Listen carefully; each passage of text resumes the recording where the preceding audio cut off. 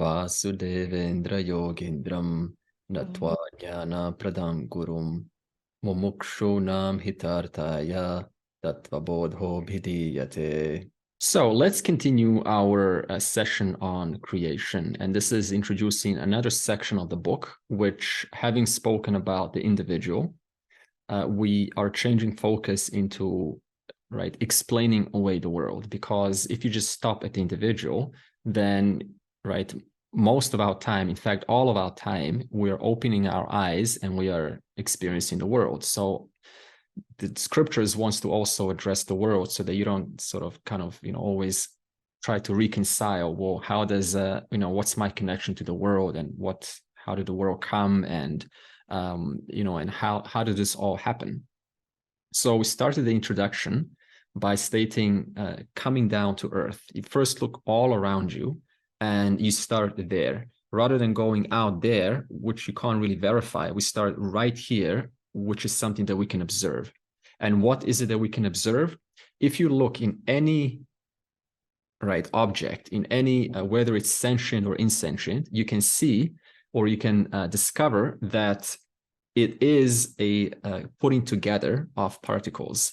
And this putting together is never random. It's always a useful, beneficial putting together that has a connection to some other putting together. And these two putting together objects, by their union, they have the interconnected play. They have an interplay between themselves, which creates this entire harmonious world that you observe. And it's not just objects. It's not just physical objects like, brain and like trees and sun, but it's also laws in which these objects, which are put together, and they interface and they interact within certain laws, and these laws maintain a certain order by which the interaction of these forms takes place. And by doing so, it lets the individuals have a conducive experience for their own so they can collapse certain possibilities, they can grow, you can discover who you are, or you can pursue other things that are meaningful for you. So it's not only objects, but also those objects are maintained within an order, which itself is governing these objects to do what they do. So if you look into anything in this world, you will see this putting together, and that's intelligence in that very putting together. And this is the difference between science and Vedanta. What science, and the reason science is still struggling more or less to explain away the creation, is because they look at forms. And the moment we are born, where is our eye? Where is our ear? It is on objects. So because it's so used to looking at objects, to hearing sounds, it doesn't go beyond that. So it just stops at surface level and says, this is an object, and it doesn't really think behind, or what is, because of what is this object, and is there, what's behind this object. So what Vedanta now takes over, it says, yes, science is absolutely right. There are objects, but amongst objects, there is an order, there is a putting together of these particles, and this putting together is intelligence. This intelligence in Sanskrit is called Ishvara, or the cause of the universe. Why is it the cause of the whole universe? Because what does the universe mean? It means time, space, and objects. So there's nothing excluded. So it's not like some other different universe, When we say universe, we're talking about all worlds within this word universe, this word jagat. We're talking about all 14 lokas. We're talking about parallel universes. We're talking about anything you can imagine in this word universe. In other words, within time, space, and objects. Now, not only is it a putting together by this intelligence, which is what we call sarvajna. Sarvajna means all knowledge, So why is it all knowledge? Because everything in the universe has an interplay, has a connection. So whatever designed that thing over there, trillions of miles away, it's nothing but particles. And those particles are the same particles that are over here, what you're experiencing right here and now. So it's not like, you go to heaven and you go, I wonder what heaven is like. Does heaven like different orders? Does it have different laws? No, the laws are exactly the same. Brahmaloka, what's the highest of the highest you can attain? What is that like? It's exactly the same what you already know right here. Why? Because it is put together by the same intelligence. It's not like two intelligences. One intelligence puts together the world, another intelligence puts together heaven, another intelligence puts together Brahmaloka. In that sense, I don't know what is in Brahmaloka, but because it's governed by the same intelligence, it means that whatever you know here is the exact same intelligence that is putting together Brahmaloka or heaven. Okay, so this means when you come to understand Ishvara, this fascination about other worlds, it collapses, it just drops away because you realize it's all put together by the same intelligence. So what will I find over there that is not over here already, right? So now, we also said this intelligence is besides Sarvajna, it's also Sarva Shaktiman. That means all knowledge, but it's also all power. Sarvajna is all knowledge, and Sarva Shakti is all power. So all power just means it is the one in which puts together all of these forms together. So it doesn't borrow power from elsewhere. It itself enjoys this power to put things together. Now, if you look further into any physical object, right, even in science, even if you go outside science and you step into quantum field theory, which is basically now you get rid of particles and atoms and you go into 0-point energy, you go into virtual particles, you go into antimatter. Okay, now, so the vocabulary changes, but what's still the same? It is still operating within time and space. Okay, so the time and space, everything is within this time and space.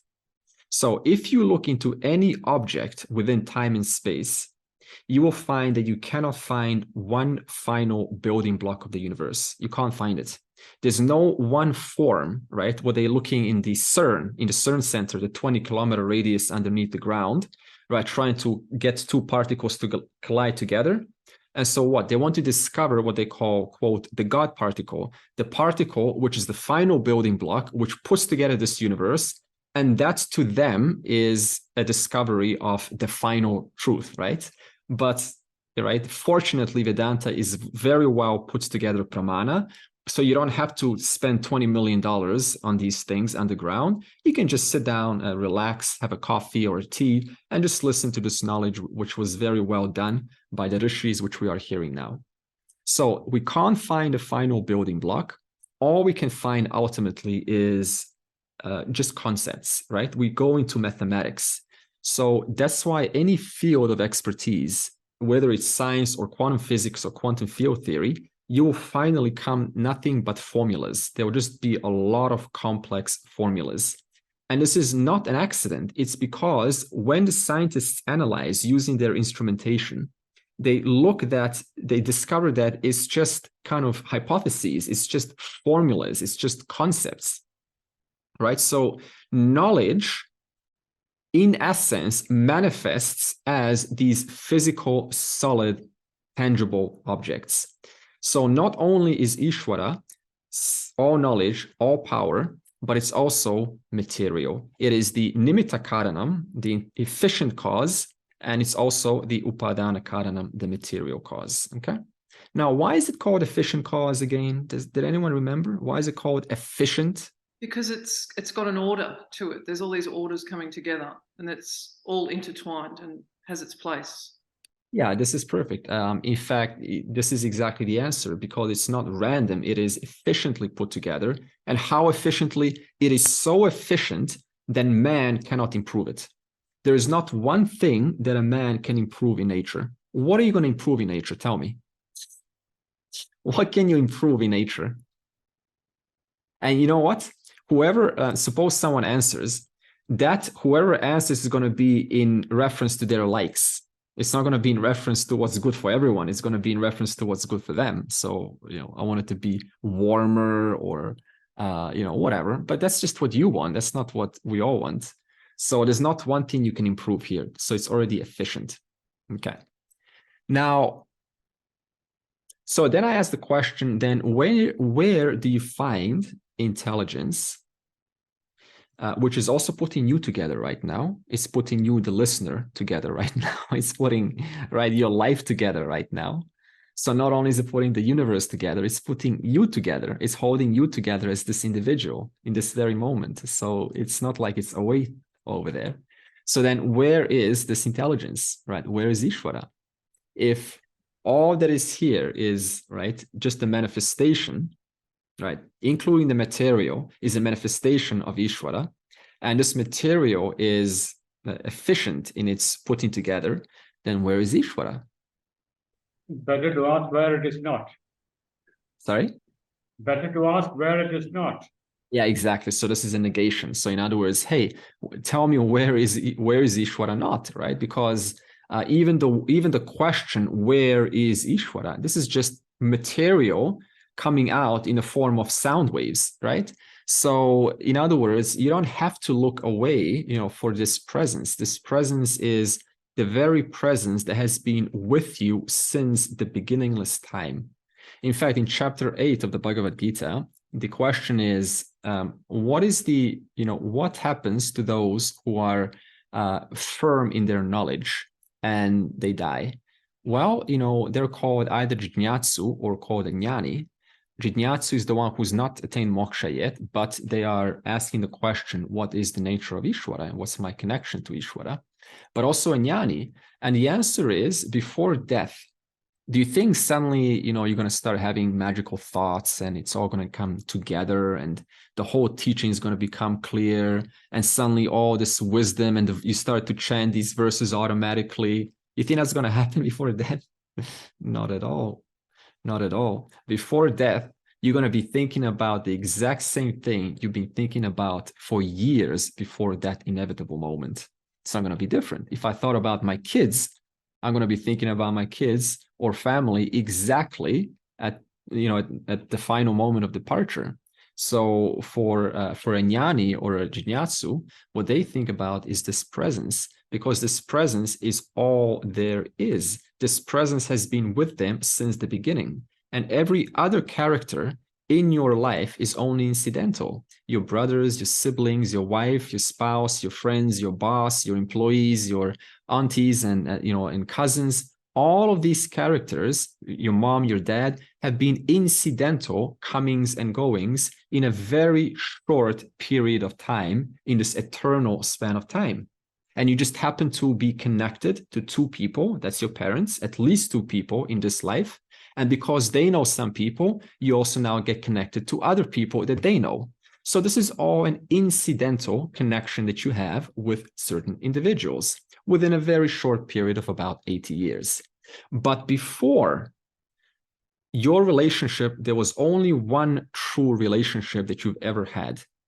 And that is with this very knowledge and power that was there, allowing you to collapse whatever possibility meant meaningful for you. Whatever you thought was meaningful for you, this intelligence allowed you to collapse by giving you another human body.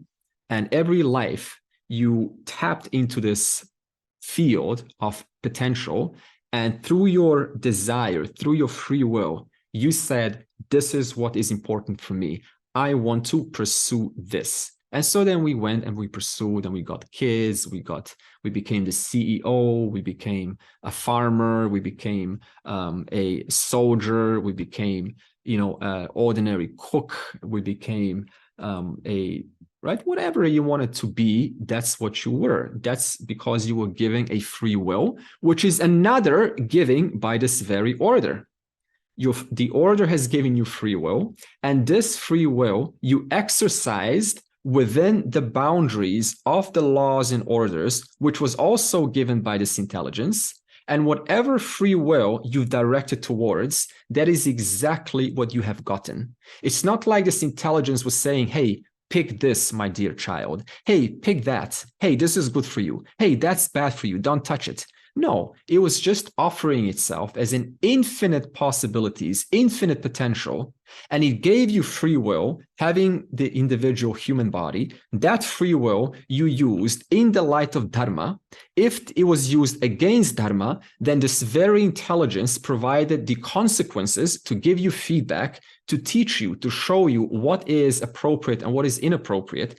Through that lifetimes, through that feedback, you finally arrived in one life and you said, okay, it is quite common sense not to do too much chasing of objects out there. They have their limits. They can give me a lot of joy, but the amount of joy they can give me is very limited. And so for you in one life, that became quite common sense. While for other people, it's not so common sense. It is still something that is kind of elusive. What are you talking about? What is this God? Where is God? Show me God.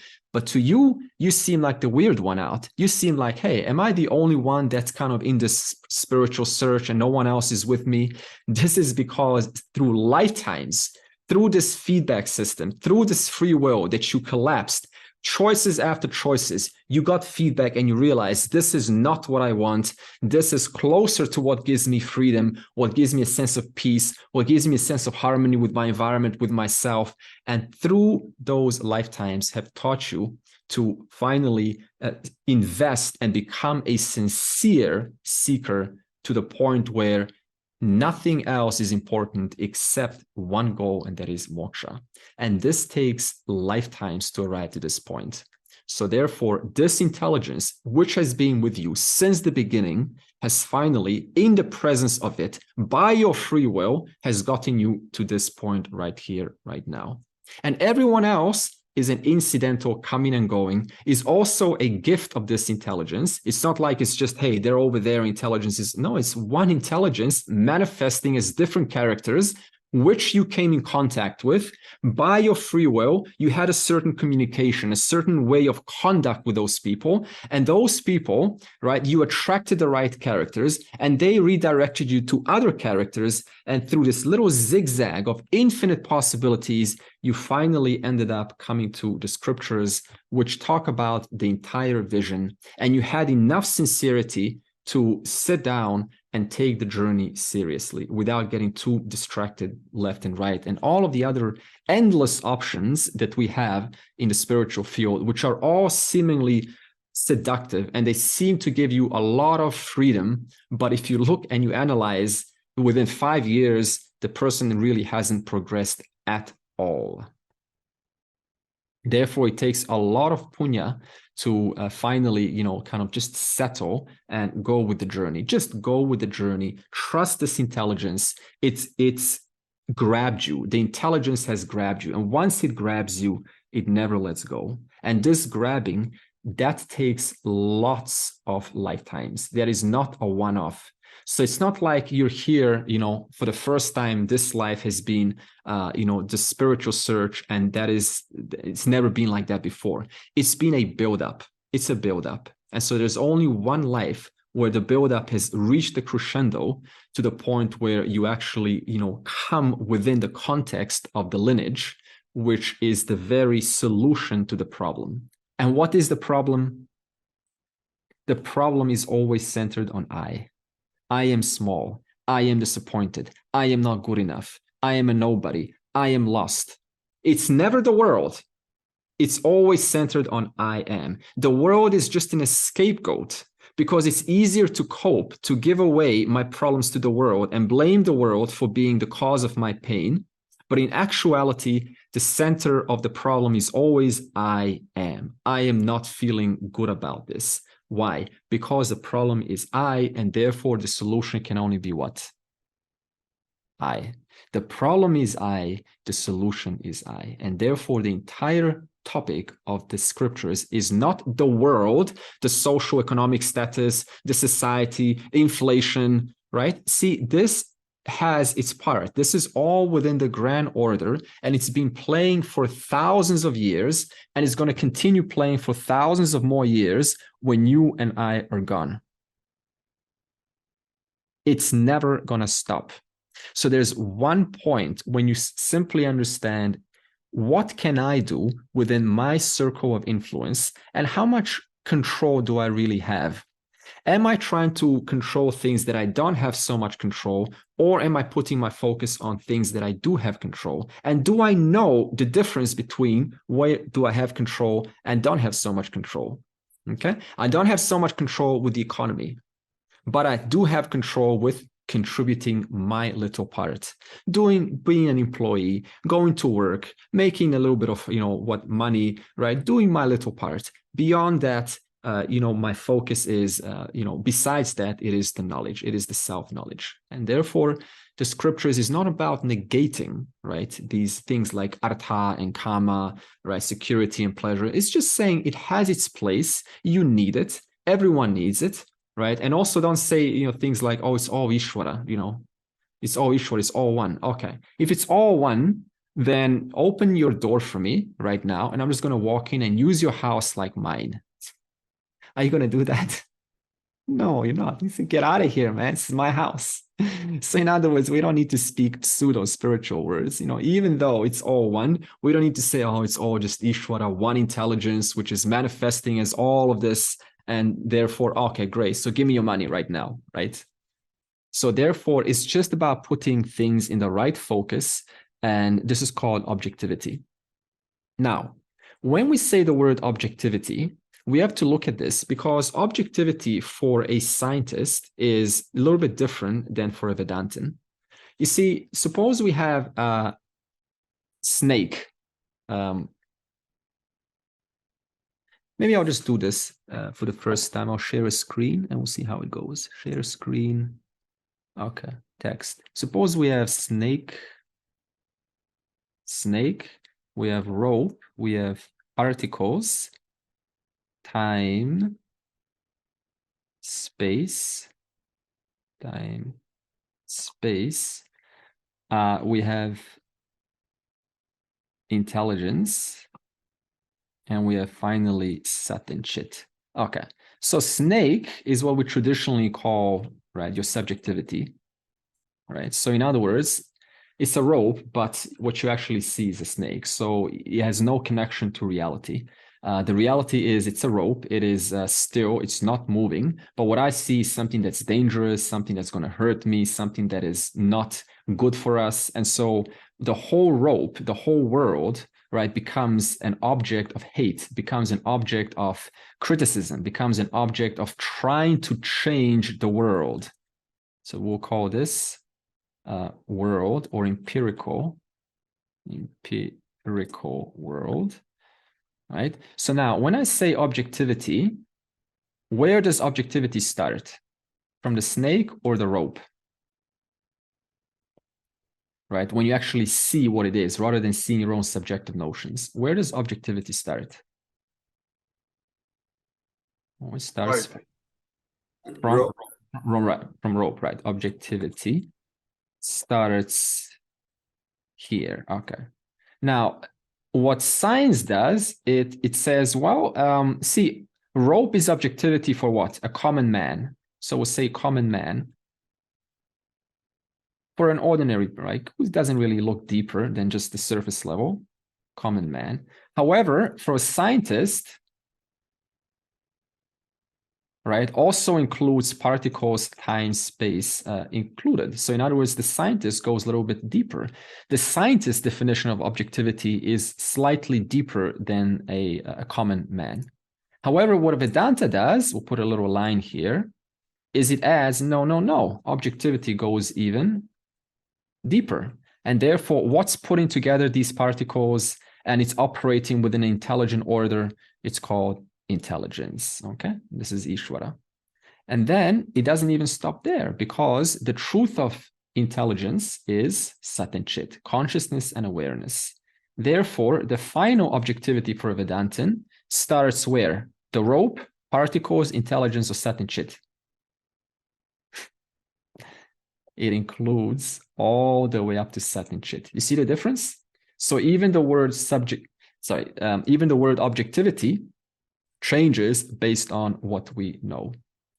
Then it said, Sat eva agra asit ekameva advitiyam. So this is from Chandogya Upanishad, chapter 6. And what it says is this same intelligence that is holding and putting this world together right now was exactly the same intelligence that was there before this universe came. It's exactly the same because, right? Because it's a carryover. It goes from unmanifest into manifest. So there's no real difference in intelligence. The only difference, if you want to use the word difference, is it's activated. That means it's manifest in the universe, or it's not activated. It is in potential form. The question then comes, okay, how does then this world come from this one existence, right? Sat eva as agra asit ekam eva vitiyam. One without a second was before this creation. That's what it means. So how from this one without a second does this world manifest? And the answer is it cannot, Sat and Chit, Brahman, cannot manifest on its own. Awareness cannot manifest anything on its own. So when I say Sat and Chit, in short, I just mean awareness. It needs an intervening factor. And this intervening factor is called Maya, right? So Maya is used, the word Maya, it explains away this universe because you need to explain the way the universe in order to understand the whole. Awareness enjoys a power called Maya Upadhi. And the word Upadhi, what is the word Upadhi, right? Upadhi means that which borrows its attributes onto something without actually changing the intrinsic nature of something. Another way to put it is Upadhi seems to change something without actually changing it. Okay, so in the presence of the Upadhi, there's a change, but no actual change has occurred. So, for example, in Yoga Vashishta, there is maybe it comes from different Upanishad, but I read it in Yoga Vashishta. They have a lovely example of an Upadhi, of a moon shining on a river, right? A moving water. Now, if you look at the moon's reflection on the river, and it's ripply, right? Is the moon ripply? Right. But the moon appears ripply, right? So the river is now what? An Upadhi. It seemed to have changed the appearance of the moon, but has it actually made the moon ripply? Not at all. Although in the presence of the river, it seems to have done that. Another example of an Upadhi is you have a spoon and you put it inside water and you look from a certain angle. That spoon is going to appear bent. Is the spoon actually bent? No, but it appears bent owing to water being the Upadhi. So what is Upadhi? That which as though changes something without actually changing it. Okay. So now when we say awareness enjoys a power called Maya Upadhi, it means that in the presence of Maya Upadhi, when Maya is activated, it seems to change awareness to look like the entire world, to look like you right now, to look like me. Okay? Like in the dream. The dream, your mind is an Upadhi. Just comparison. Your mind has a projecting power in the dream, and it creates a dream world. So in the dream world, there is a subject-object split. There are objects, and there is a subject participating in those objects. Yeah? And what does this? What creates the dream world? Your mind does. Are you creating the dream world?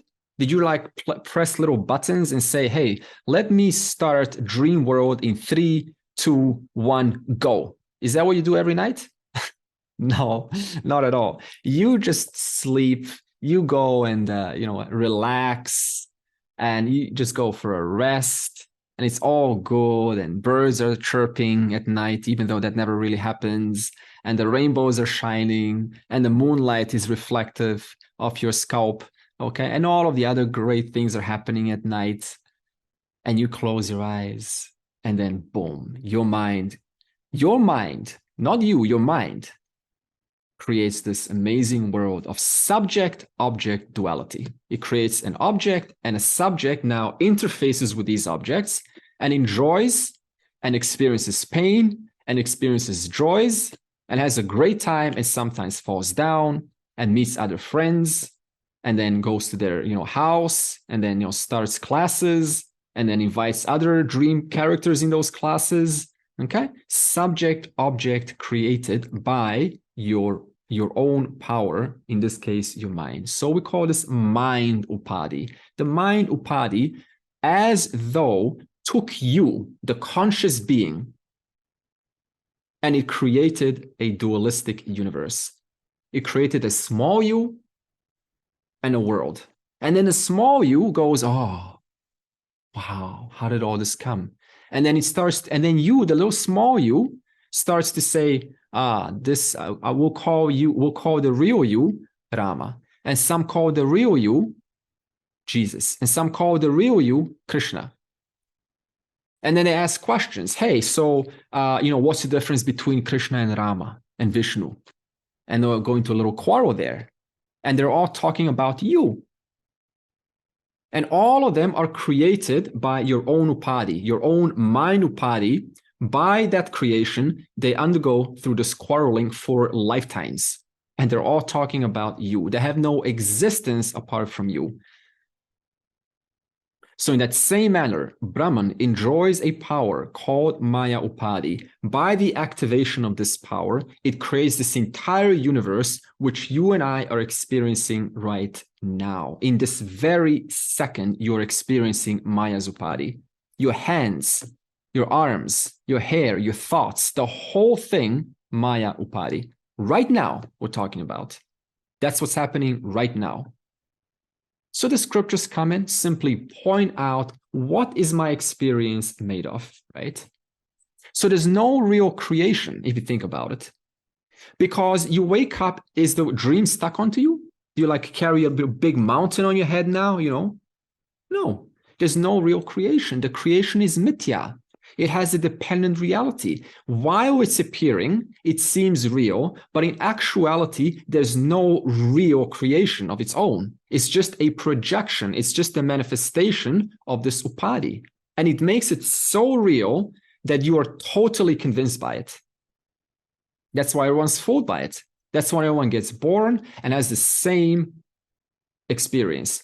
I am, and then you fill in the blanks. I am small, and therefore I need to go into the world and apply action, and I need to participate. I need to make myself happy. And then by that participation, you incur what? You incur punya papam, and that punya papam then goes back to the original doer. And since the doer doesn't live long enough, then they die, and then the results come back onto the next body, and then you experience yourself as a kind of a person with fortune or misfortune, and you ask, what did I do to deserve this? And yet the show has been going on for lifetimes. So there's a continuity in all things in this creation. It's a cyclical creation. It's not like the West, the question, what came first, the chicken or the egg? This is a silly question. This is a question revealing the linearity of the mind. It's a cyclical creation. Where does cyclical creation begin? If you have a circle, where does it begin? Which point does it begin? No, it doesn't begin anywhere. It's always going on.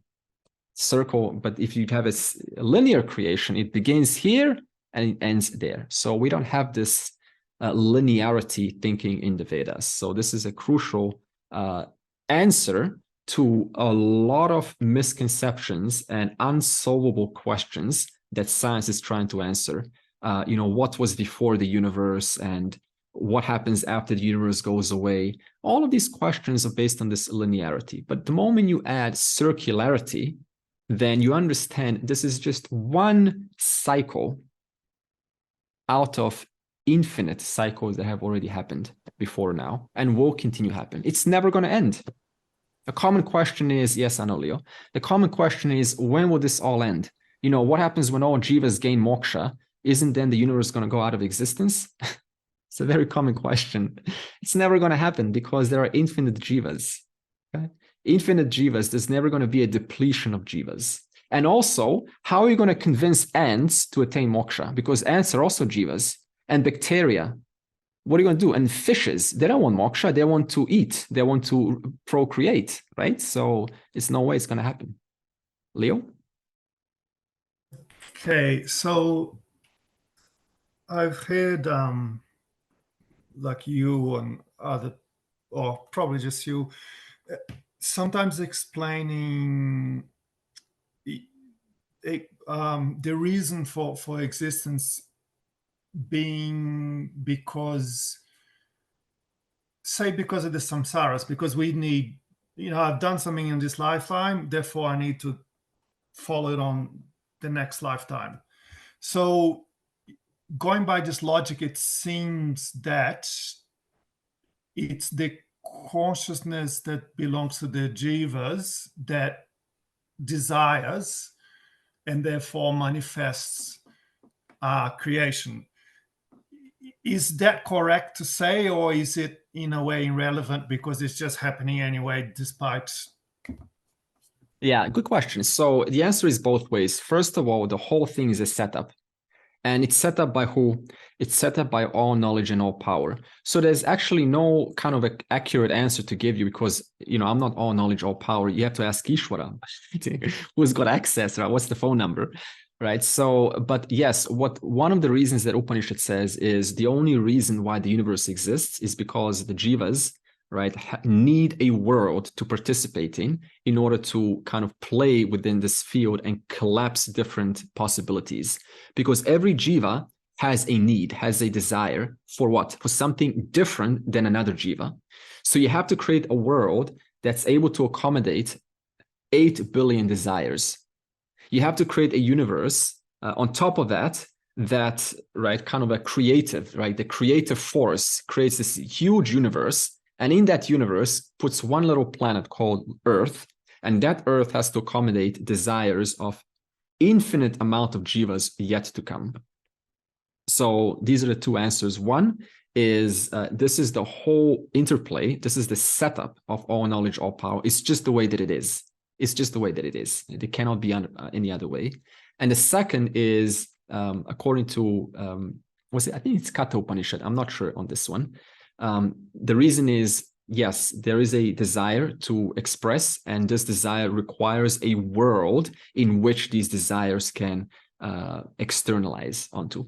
All right, so again, what is the teaching of Maya? Because this Maya, comes up. Why is this Maya important? The only reason why Maya is here, teaching is here, is to explain away the Jagat. So we have to understand what's the point of these teachings. In this case, it is to explain away this world. And it's told by a story, actually. It's a story of what Maya is really for. And the story is called the elephant story. So the elephant story goes by a father who had elephants.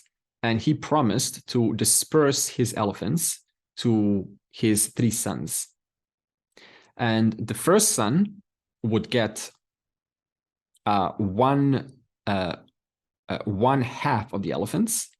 The second son would get 1/3 of the elephants, and the third son would get 1/9 of the elephants. It's kind of a complex mathematics, right? Which father says, hey, you're going to give 1/3, 1/9, right?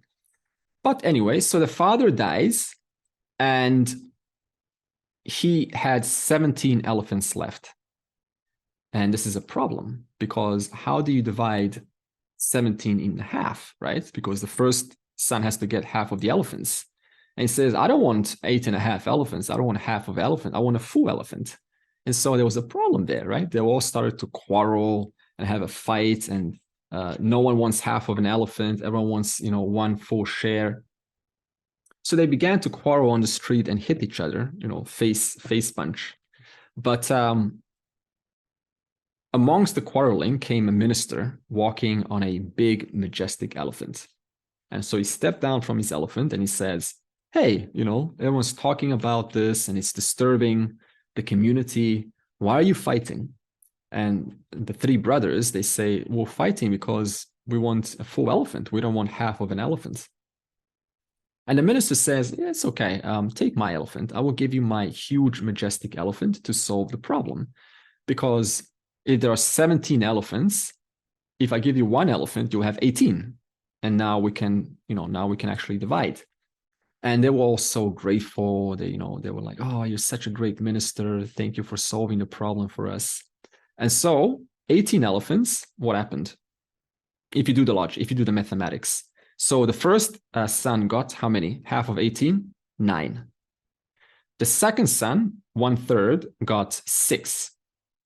And the third son, 1/9, got 2. So 9, 6, 2. So they all got a full share of the elephants. Yeah? But how many were left? So 9 plus 6 is 15, plus 2, 17. So they got 17 elephants, right? But 18th elephant is still left. What do you do with the 18th elephant? So the minister takes the 18th elephant, steps on, and he just walks away. And they're all, hey, where are you going? You gave us this full elephant. Why are you running away? And he says, no, leave my Maya elephant alone. I just wanted to offer you a solution to a problem. And now that the problem has been solved, I can now resume my way and we can continue with the next verse. Okay, so therefore Maya is for this reason alone. It just explains away something that you cannot explain any other way. That's it. So we don't need to kind of, go into Maya, oh, this is mystical teaching. It's not at all. It's just a teaching to, to solve a problem. In Sanskrit, the basic definition of Maya, it says Yama Samaya, that which is not Maya. Can you throw some more light on that? That which is not. So obviously it's like Upadi, right? It's like I said, the moon and the river. So the moon seems to be reflective, right? It seems to be moving.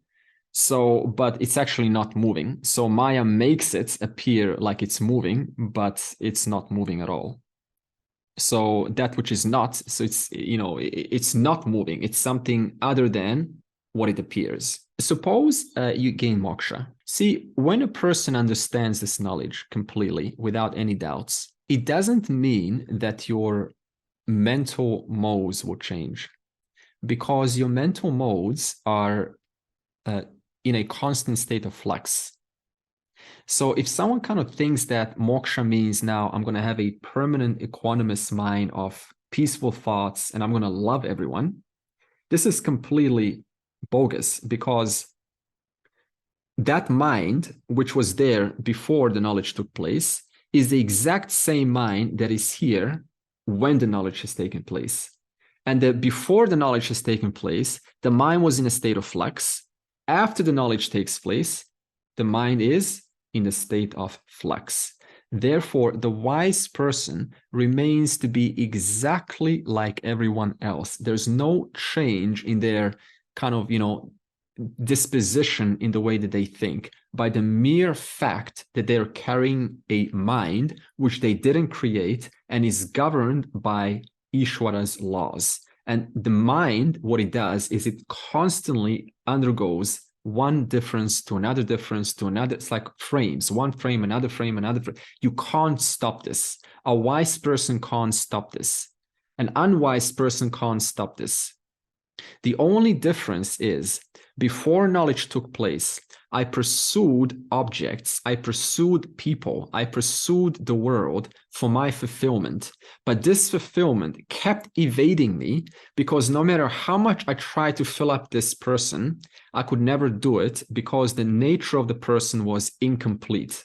It's like a cup that has no bottom. No matter what you throw inside the cup, it's never going to fill it up. It's always going to go down without ever filling it up. Whereas for the wise person, they understand that this world as though, right, is kind of, I'm as though in this world, but in reality, this entire world, universe is actually in me, Sat and Chit, the one reality without a second.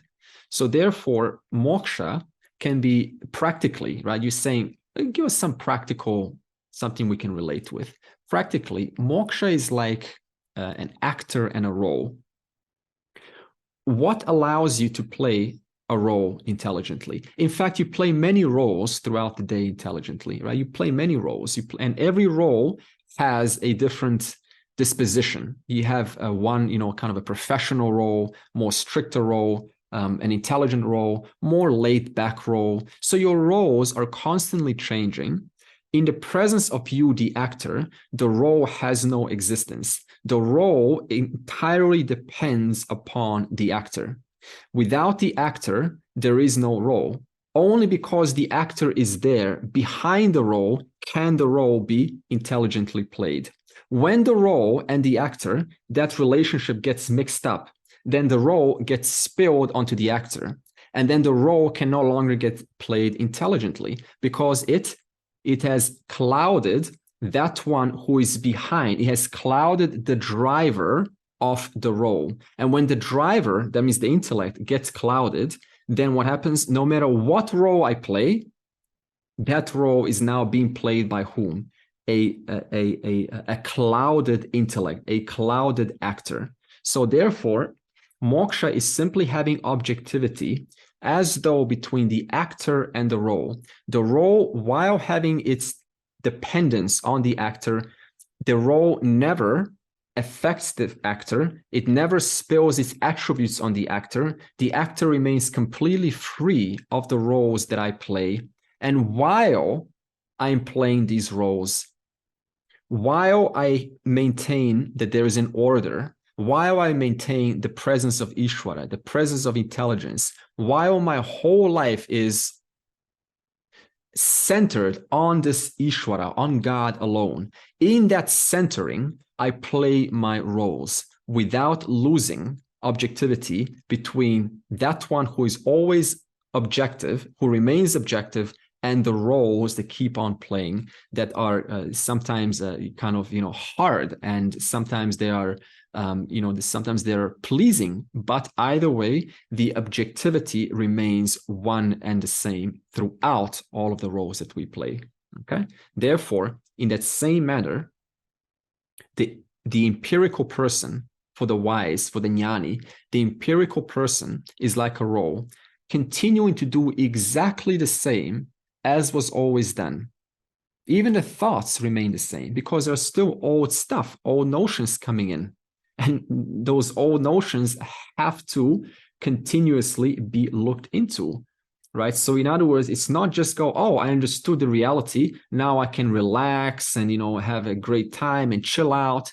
No, because in reality, that same mind, which has thought for 20 or 30 years in a certain orientation, those orientations still try to sort of influence the actor.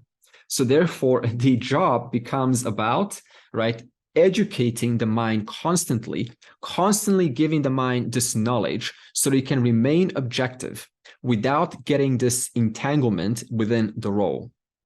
At the same time, understanding no matter what happens, even if I do get seemingly entangled, I'm not actually ever entangled. This is knowledge. Yes, Vig? The roles that we play, is that our swadharma? And if it is, then if we attain moksha, would our swadharma change?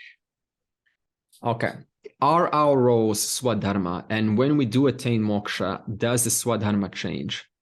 The roles are, swadharma is aligning yourself and doing what needs to be done according to the environmental factors that you are finding yourself in. So everyone is surrounded by a different environment. Your environment is different from my environment. Everyone is in a different environment. And that environment calls for certain things to be done. And not just done kind of, messed up done, but in a certain, respectful, intelligent manner to preserve a harmony in that environment.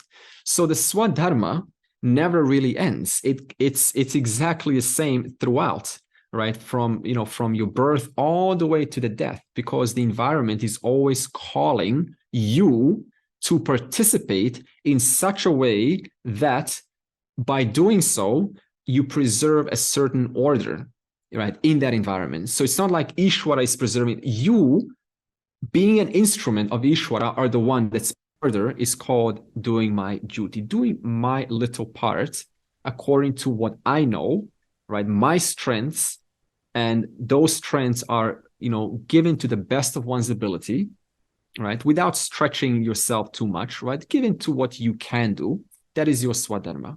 Now, after moksha takes place, that same mind, that same empirical person is there still. The person never leaves. So this means the person before moksha who had swadharma is the exact same person who's here now after moksha has taken place. So therefore, the swadharma simply gets carried over. But another way to look at it is, on your way to moksha, you already trained your swadharma many times, if you think about it. Because swadharma was initially, you were doing business and, there was things in the world to look into. But then you saw, oh, I need to change my orientations. I need to change my focus into something that is more, according to the scriptures, in line to understand the order, to incorporate the presence of Ishvara. That alone is changing your swadharma.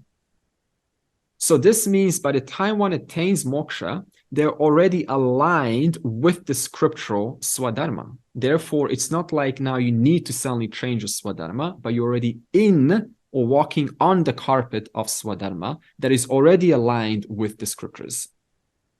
Okay, so the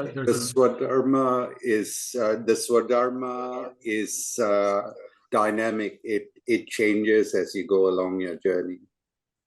It changes all the time because the mind is changing. A new prarabdha karma is constantly influencing you, and therefore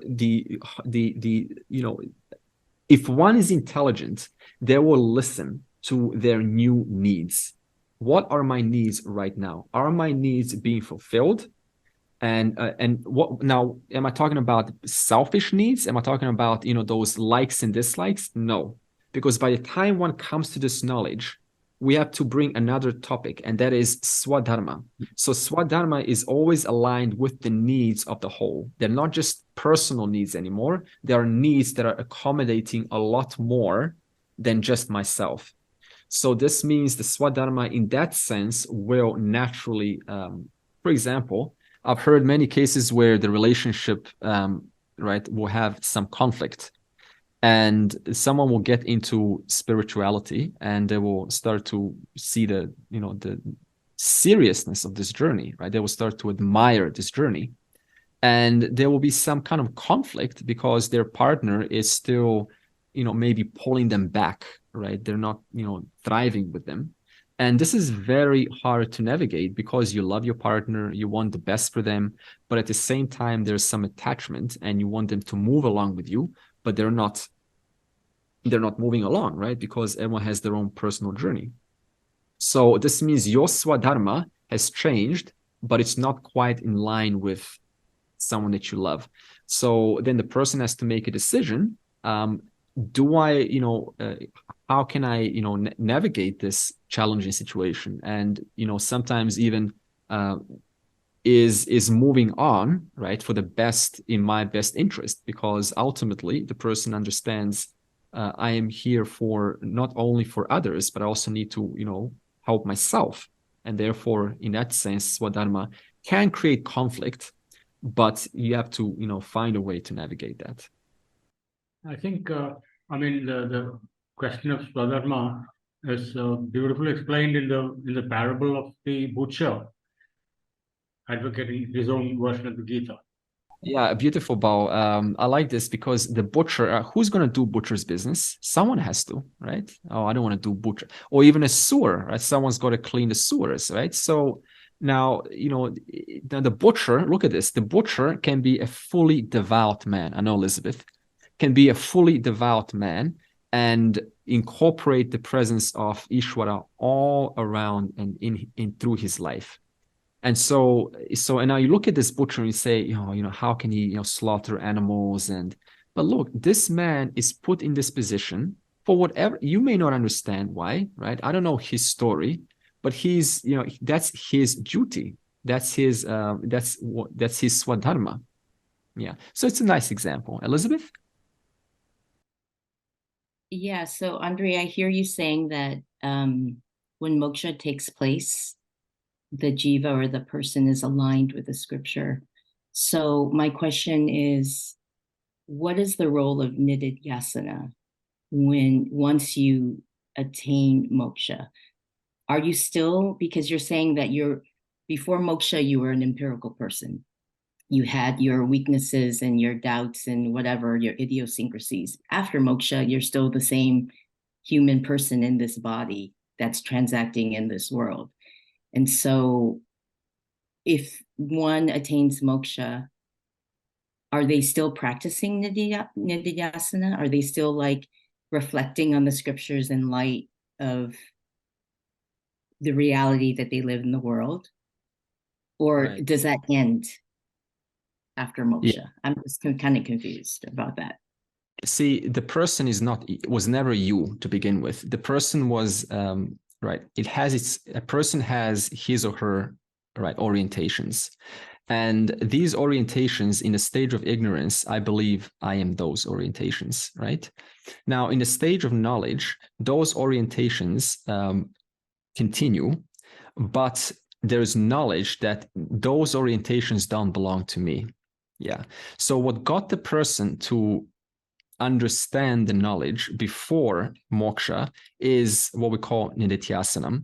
Nididhyasana means bringing in this knowledge, the statements like scriptural statements and scriptural thoughts into your life and contemplating, right, different statements like tattvamasi, right, you are that. What is the word you? What's the word, right, tat referred to, right? You are Ishvara, and we will get into this. And through this constant inquiry, you come to understand that all that is here is the presence of Ishvara, all knowledge, all power, making you the way that you are, right? Allowing you to be the way that you are by the use of your free will. But even your free will, even your thoughts and memories are held together by all knowledge, all power, right? They have no existence apart from knowledge. And the very truth of that knowledge is Sat and Chit awareness. So even your own eye sense is ultimately all knowledge, and the truth of all knowledge is Sat and Chit. Your memory is knowledge, and the truth of knowledge is Sat and Chit. So you're never really apart from this final reality. So when you understand this, then you understand that you're never really outside of Ishvara, right? You're always within Ishvara's order. That is, so therefore it requires some thinking before knowledge takes place. After knowledge takes place, nididhyasana, the word nididhyasana, contemplation, changes, right? It's still contemplation, but changes in reference to what? It changes by bringing in those things that you've already heard and looking at them in a new way by which you can see different angularities about what they are really saying. But for whom are those statements now? Is it for you or is it for your body and mind? This is from after moksha, right? So they're no longer for you. They're no longer for you, Sat and Chit. They are for the person, the empirical person, right? Who still has some angularities, some kind of biases, some things that are still kind of making the mind think in old ways. Okay, and that old ways has to still be, kind of weeded out by continuing to reflect on this knowledge. Now, there's a second answer to this. The second answer is nididhyasana is a process to deepen this knowledge, right? Deepen this knowledge so much that there's no doubt about who you are. But in reality, how long has that taken? It's taken a long time. That means your habit has already become knowledge. Your habit has become learning. Your habit has become listening. Your habit has become thinking. Your habit has become contemplation, inquiry. You understand? Because you've gotten there how? Through contemplation, through inquiry, through rethinking, through re-understanding. It's not like it's just a one-off. You got there through a lot of thinking already. So is this thinking going to now end after moksha? No, because you've thought about it for so long, it's now a habit. You continue to habitually inquire into reality, more facets of reality. So it's not like you're doing it because, oh, I still don't know who I am, so I want to know more about this. It's clear. There's no doubt about it. But because of the momentum of having thought for so long, you've become an inquirer. You've become a thinker. And therefore, this thinking naturally continues for whom? For the empirical person. All the while knowing I'm free of this thinker who's continuing to think about the nature and the glories of nature and the intricacies of nature, which have no end, because this knowledge is so vast. It is a worship until the last breath. So in that sense, you never see a teacher selling, oh yeah, I know this stuff, and then you see them playing around, all these. They're still learning, but they're not learning because they don't know who they are. They're learning because of the love of knowledge, because they spend so long in this that that's all they know now. That's the only thing they know now, if not the main thing they know now. So in that sense, nididhyasana continues. That makes sense. Thank you. Therefore, the world doesn't get dismissed because the world still has its place. The empirical person still participates in this world. Then the question comes is, then how did this very world come about? And the verse says, Atha chaturvimshati tattvotpati prakaram vakshyamaha. So we shall expound vakshyamaha, the 24 principles of creation. What are these 24 principles of creation? Okay. We will go through this in the verses, but what I want to say is, see this Atma, right? The final reality undergoes no real change to become the world. Brahman undergoes no real change to become the world. If it did, then Sat Chit would not be here right now. If Sat and Chit was not here right now, then whatever I say about Sat and Chit would either be a belief, and since no one was there before the universe came, then it would just be speculation. But because Sat and Chit is right here, right now, the same reality is here right now, as was before this universe came, for that reason, we can speak about Sat and Chit. So the example is, if you take milk and go through a certain process and you get yogurt. If you have yogurt, can you go back to milk? No. So in that case, whatever I say about milk, is it actually true? There's no way to tell because the milk is not there. I can't ever go back to the milk. I don't really know what, so it's all speculation.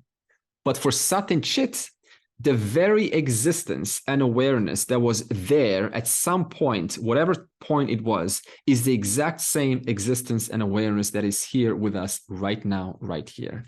Because we already discussed in many ways, consciousness, you cannot have two consciousnesses. Why can you not have two consciousnesses, two chits? That's unnatural. That going against the natural law of nature. Because we can't be without. There's something about anandam, that without a second. It's got no limits, so it's infinity. So you can't have two infinities. Okay. Because one will limit the other and therefore becomes an object. And the subject can never be the object. Yeah, I think all throughout our talk, you've been involving time. When you say before, after, all these things, it's a calibration of time.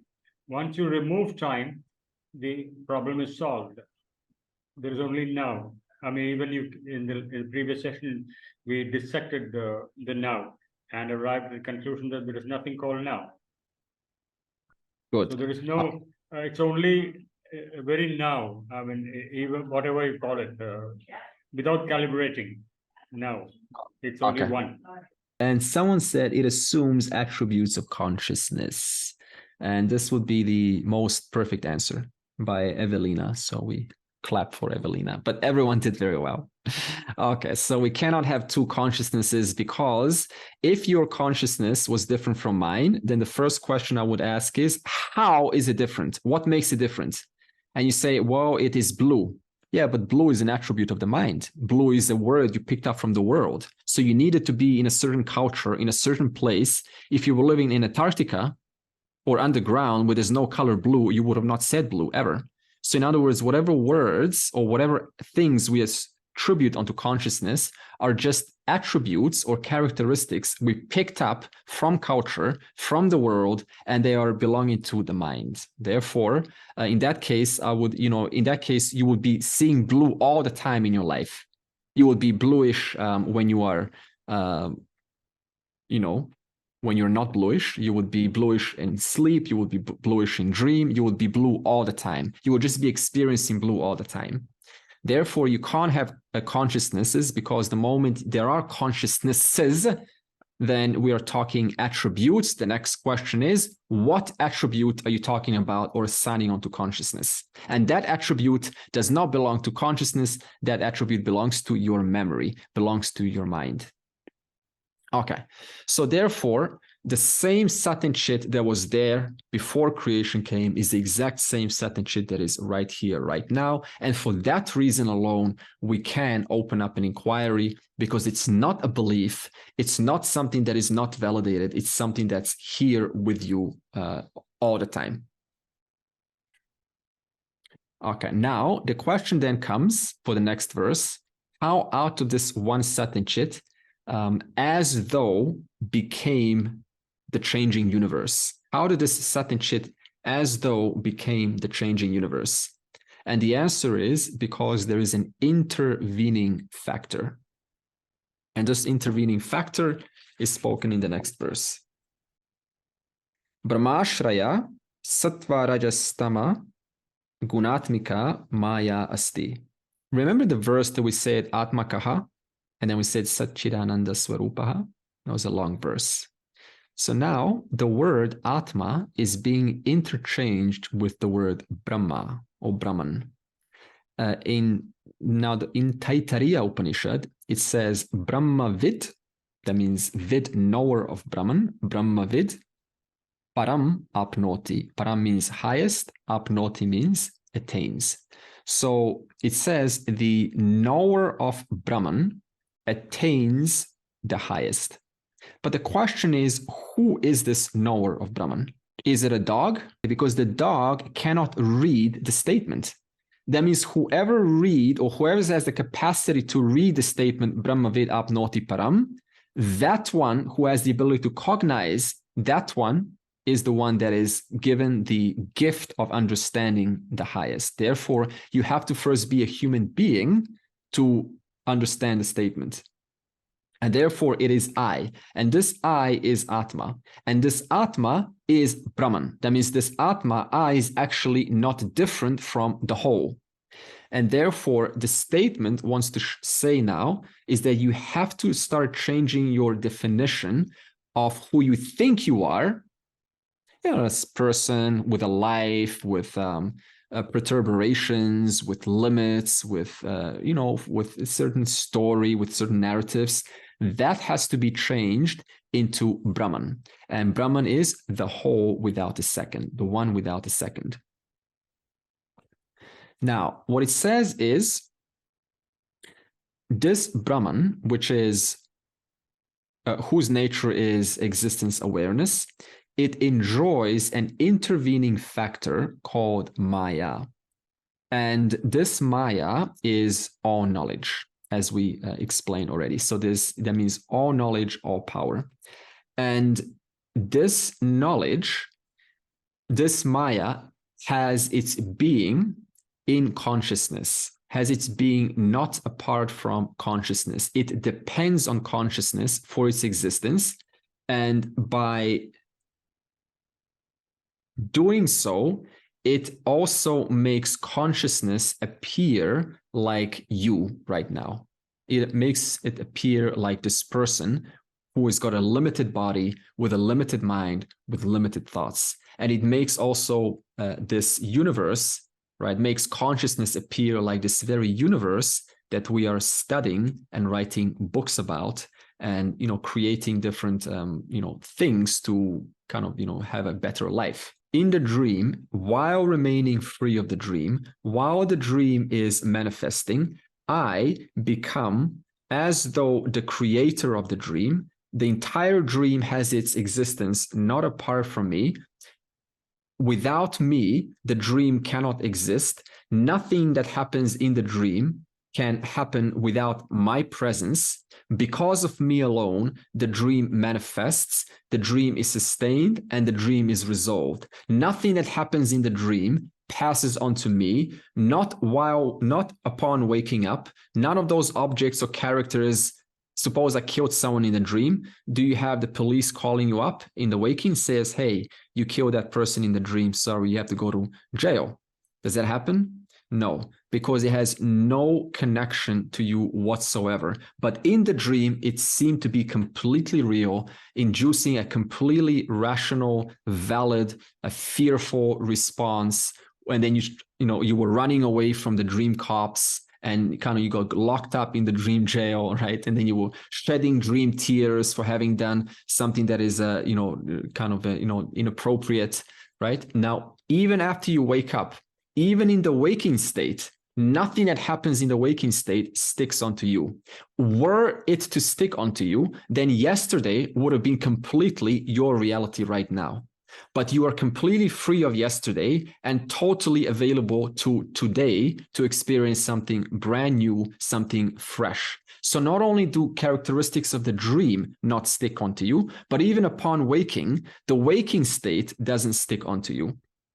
So in that same manner, this knowledge and power, despite a consciousness, you appearing like this entire universe, whatever happens in this universe, nothing becomes you intrinsically. Your reality always remains one and the same, Sat and Chit. So the order, if there is an order, to give us something for understanding, how would it be? All knowledge depends on Sat and Chit, okay? Particles depend on all knowledge.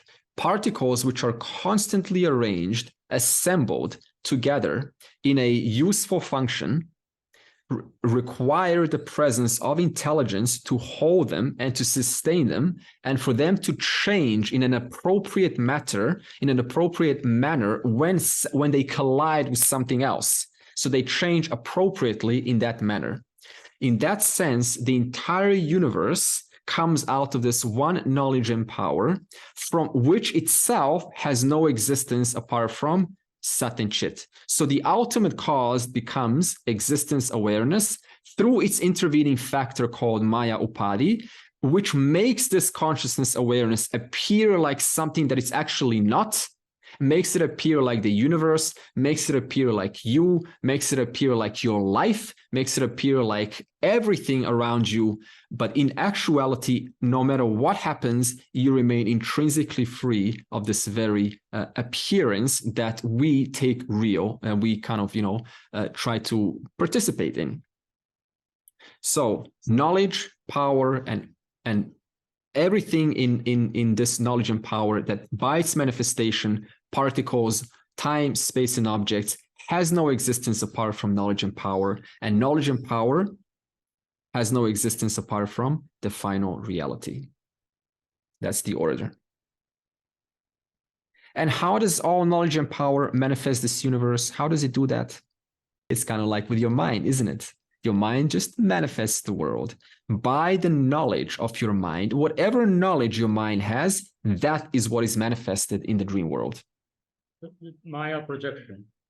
Exactly. So your mind is like Maya projection in reference to your dream. So if you know about, suppose, certain people in your life, those people are going to be projected in your world.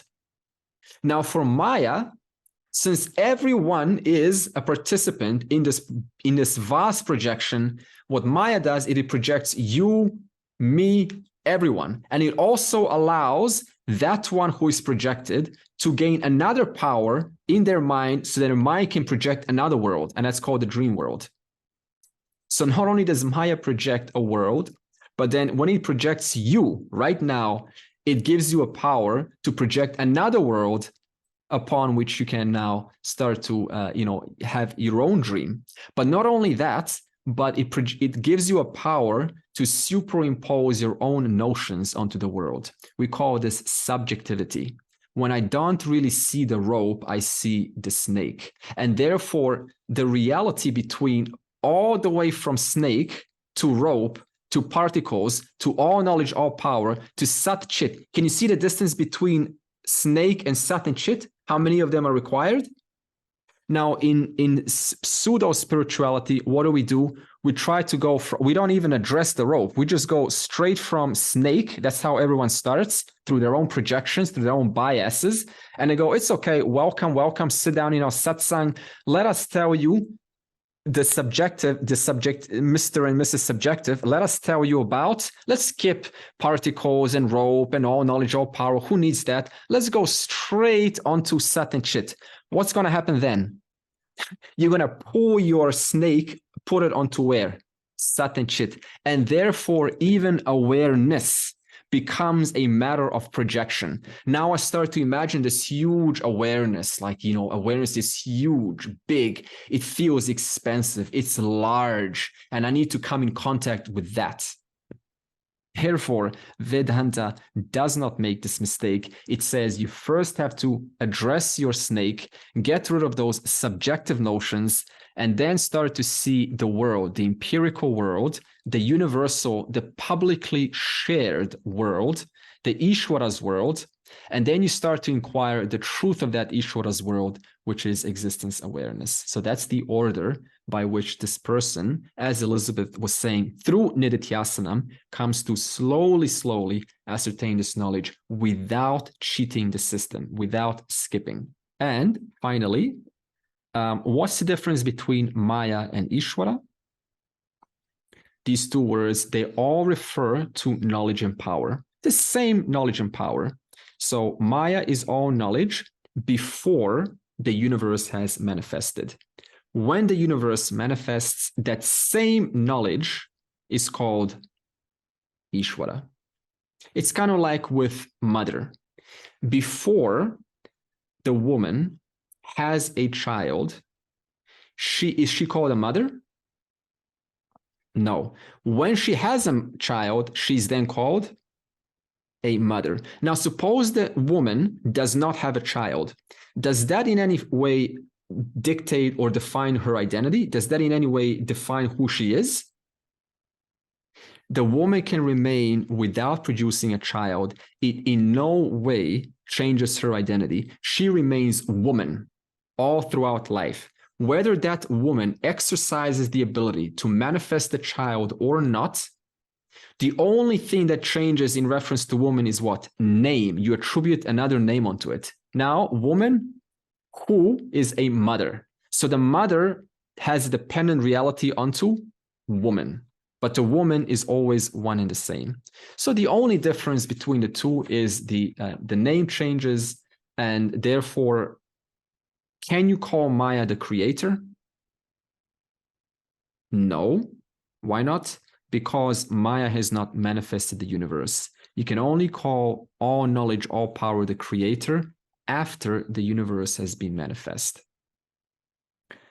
And therefore, when the knowledge comes and it manifests the universe, we call this Ishvara. Before the universe comes, the same all knowledge, all power is called Maya. And next week, we will talk about what is the nature of Maya, which is, or how does Maya manifest? Sattva, Raja, Tama, Gunatmika.